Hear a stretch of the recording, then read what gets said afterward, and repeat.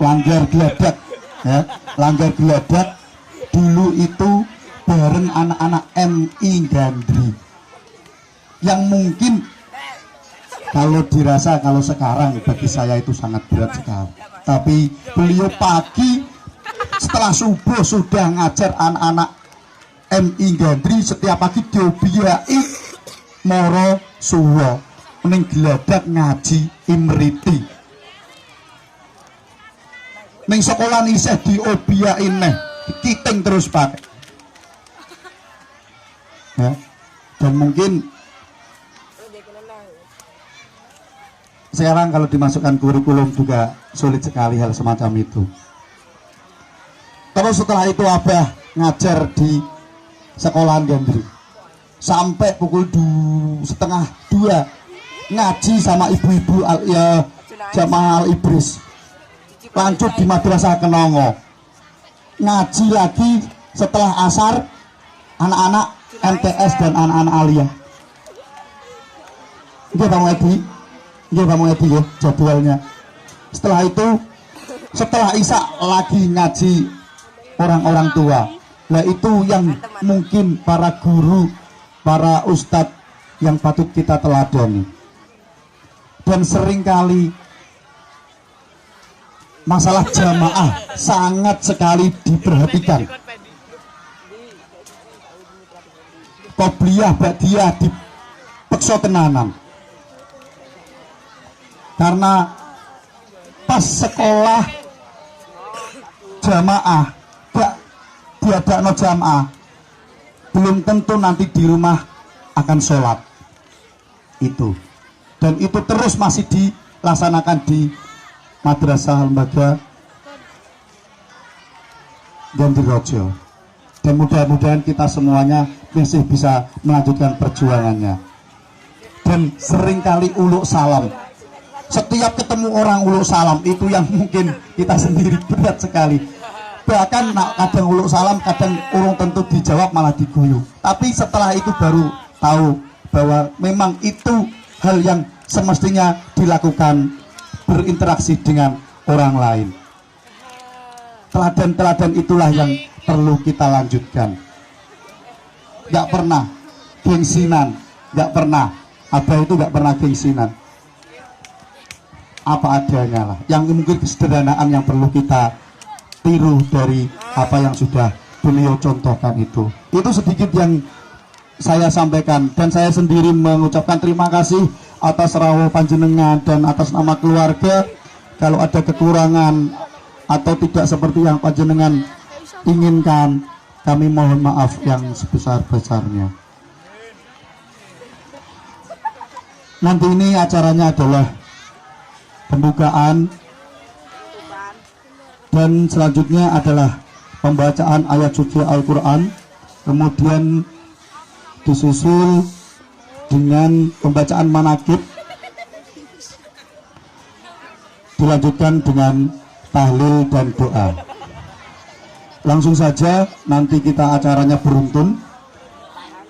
Pembacaan ayat suci Al-Quran kami mintakan Bapak Azhari, kemudian pembacaan manaqib Bapak Haji Muhid, kemudian tahlil kita mintakan Bapak Syafi'i, kemudian sekaligus doanya, barokah doanya.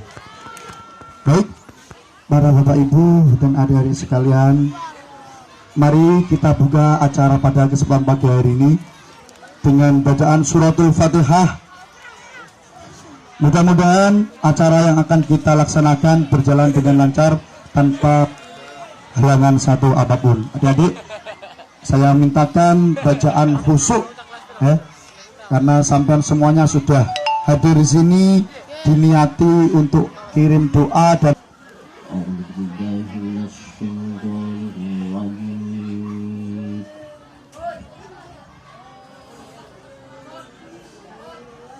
Bismillahirrahmanirrahim.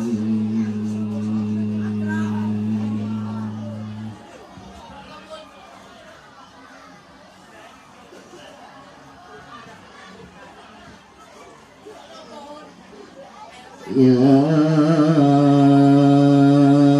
أيها الذين آمنوا اتقوا الله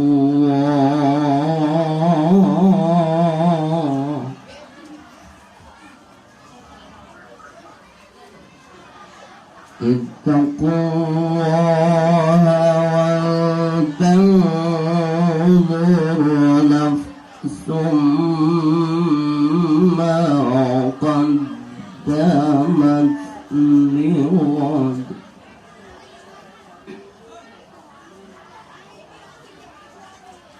واتقوا الله إن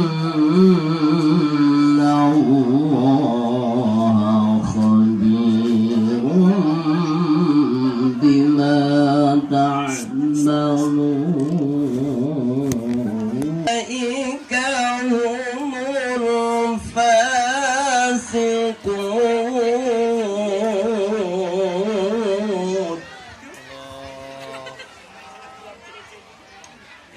Berbagai lembaga pendidikan baik dari MTS, MI, SD dan lain sebagainya yang kesempatan pagi hari ini dapat hadir dalam rangka Haul Simbah Kiai Haji Mufti, bahwa kita dididik untuk meninggalkan cinta dunia. Apa pentingnya manaqib dibacakan seorang ulama atau seorang sholihin atau seorang habaib? Fungsi dan gunanya manaqib dibacakan, di mana dijelaskan bidzikri sholihina tanzilur rahmah. Ketika orang-orang soleh itu disebutkan, maka akan menjadi sababiahnya Allah menurunkan rahmat kepada kita semua.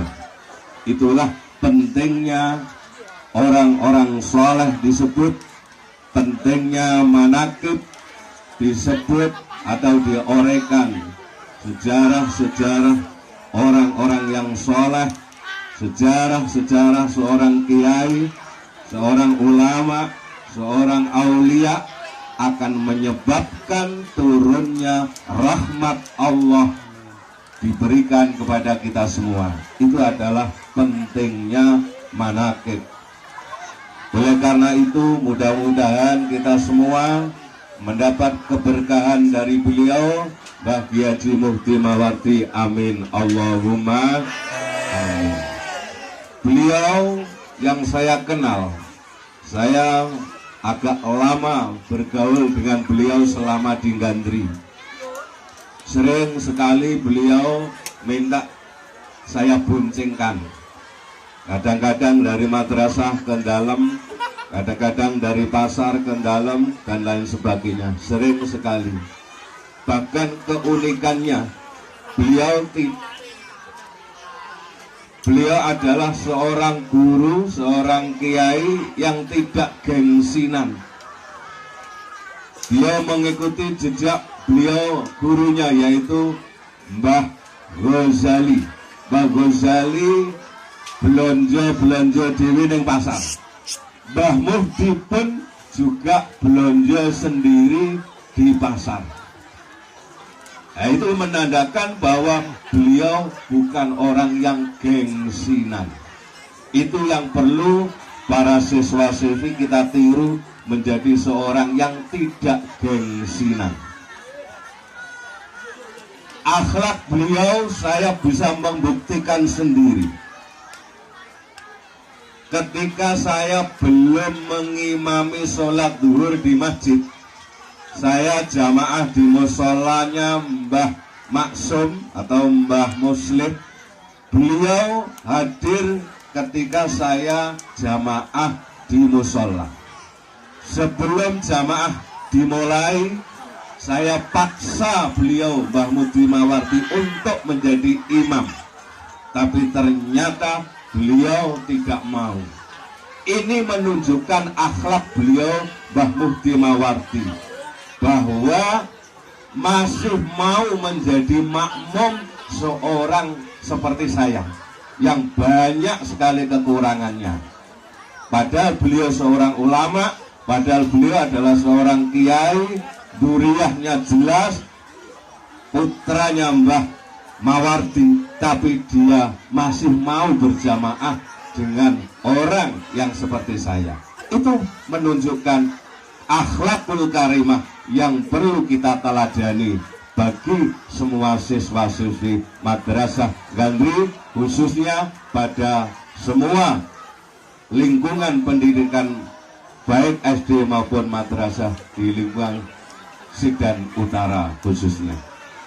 Hadirin sekalian yang saya hormati dan yang saya cintai, masih banyak haliah-haliah beliau, keistiqomahannya dan dalam ibadah, terutama dalam hal sholat, yang sering sekali ketika ziarah wali lima ternyata menunggu beliau itu sedang sholat. Ketika berhenti sholat, itulah keunikan beliau, keistiqomahan beliau yang perlu kita keteladani, yang perlu kita atur tindakan-tindakan yang baik beliau. Mudah-mudahan kita semua dapat meniru sehingga ilmu kita semuanya diberi ilmu yang bermanfaat, barokah di dunia wal akhirah, amin Allahumma amin. Mungkin kurang patut kalau kita perpanjang bicara atau sambutan saya. Mudah-mudahan sedikit itu tadi akan memberi masukan bagi kita semua sehingga benar-benar dapat mengikuti jejak beliau Mbah Muhdi Mawardi, amin Allahumma amin. Wallahu muwaffiq ila aqwamit thoriq. Wassalamualaikum warahmatullahi wabarakatuh.